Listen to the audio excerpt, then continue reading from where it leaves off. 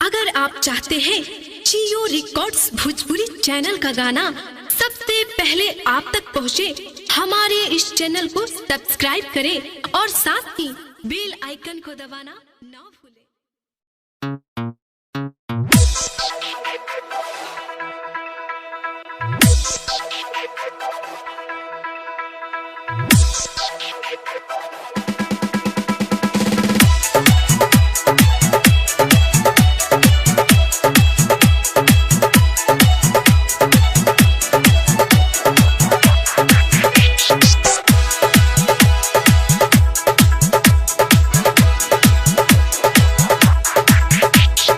चाभो चाभो तू उठला लिए राजा,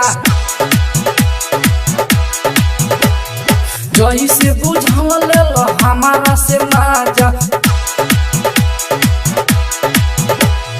चाभो चाभो तू उठला लिए राजा, जही से बुझल लो हमारा से माजा। हमरा मानवा के सारा पूरा दो राजा, उही जगहिया लगा दो, हमरा देहिया के गरम छुड़ा दो। राजा उही जगहिया लगा दो, हमरा देहिया के गरम छुड़ा दो।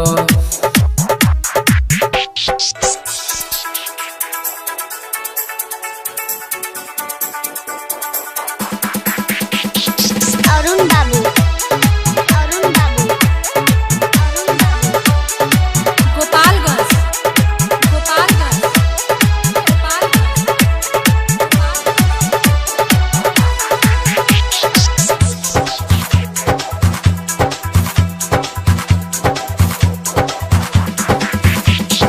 तर तर चुअताटे राजा जी पसीना, मुश्किल भइल बा हमरो जीना।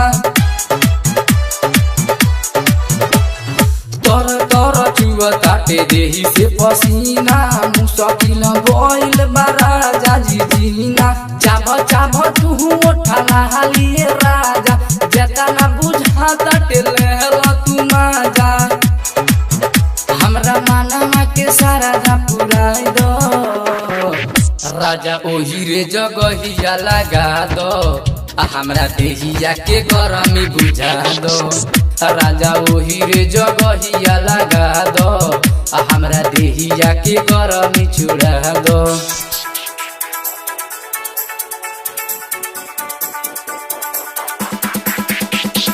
अरुण बाबू,